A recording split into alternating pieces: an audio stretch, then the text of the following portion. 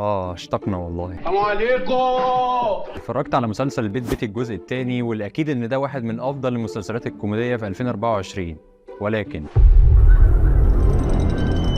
انا وانت جايين نقابل نفس الراجل في نفس المكان في نفس الميعاد. حابب خيالي يروح فين؟ الله، الحتة دي انا عارفها كويس.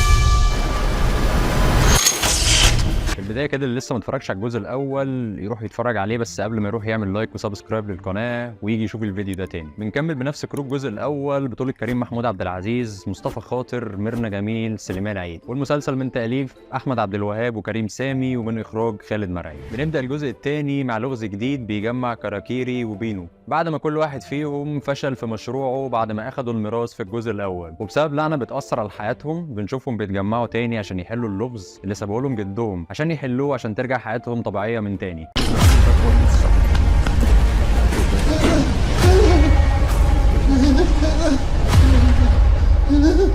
انا عارفها كويس.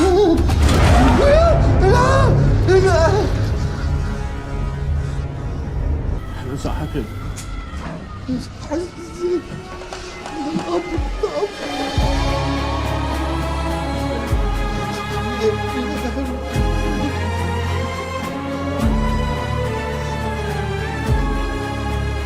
هو ليه الكون حصل كده؟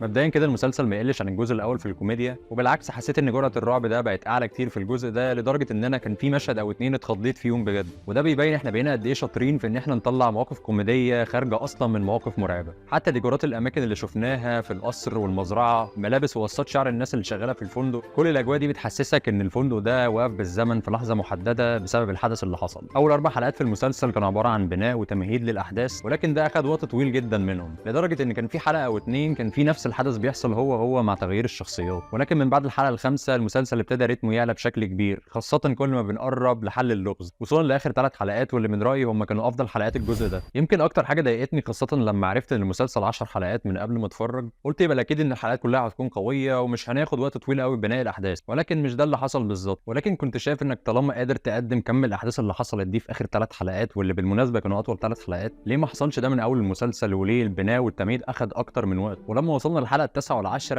حسيت كم احداث مفاجئ كأن المنهج اتراكم عليا. وبرضه نهايه المسلسل ما حسيتش انها اتقفلت بافضل شكل ممكن، وانها جت بسرعه جدا وفي لحظه بدون اي مقدمات، بدون اي حرق للنهايه. اللي اتفرج على المسلسل يقول لي هل عجبته النهايه ويسيب لي رايه في الكومنتات تحت. وبالنسبه لاداء الممثلين فكريم محمود عبد العزيز كالعاده هو اكتر واحد ضحكني في المسلسل، ومبسوط لكريم في الفتره دي بسبب اختياراته المميزه، وعجباني قوي ثنائيته مع مصطفى خاطر، واللي كانوا عاملين دويتو حلو قوي، واتمنى اشوفهم في مسلسلات مختلفه عن البيت بيتي. ما عجبنيش دور ميرنا جميل قوي بمنتهى الصراحه، وده يمكن مش افضل اداء ليها، طلع ادوار افضل زي مسلسل اللعبه، ولكن يمكن عشان دورها ما كانش مؤثر قوي في الاحداث فعادي يعني. سليمان عيد ضحكني كتير جدا في المسلسل، والراجل ده مش واخد حقه يا جماعه، وعجباني جدا مشاهده مع كريم محمود عبد العزيز والكيمياء اللي ما بينهم. طيب في المجمل المسلسل عجبني، وهو من احلى مسلسلات الكوميديا السنه دي، ولكن حاسس ان الجزء الاول كان اقوى في الاحداث واقوى في الكتابه. اتمنى بعد ما تم التاكيد ان في جزء ثالث انهم ياخدوا وقتهم وما يستعجلوش ويكتبوا المسلسل بشكل افضل عشان ما يبوظوش اللي فات. وبس كده، دي كانت مراجعتنا للمسلسل. لو اتفرجت عليه سيب لي رايك في الكومنتات. اشكركم جدا. لو عجبتكم الحلقه فضل اعملوا لنا لايك واشتراك للقناه، دعمكم بيفرق معانا. اشوفكم الحلقه الجايه. سلام.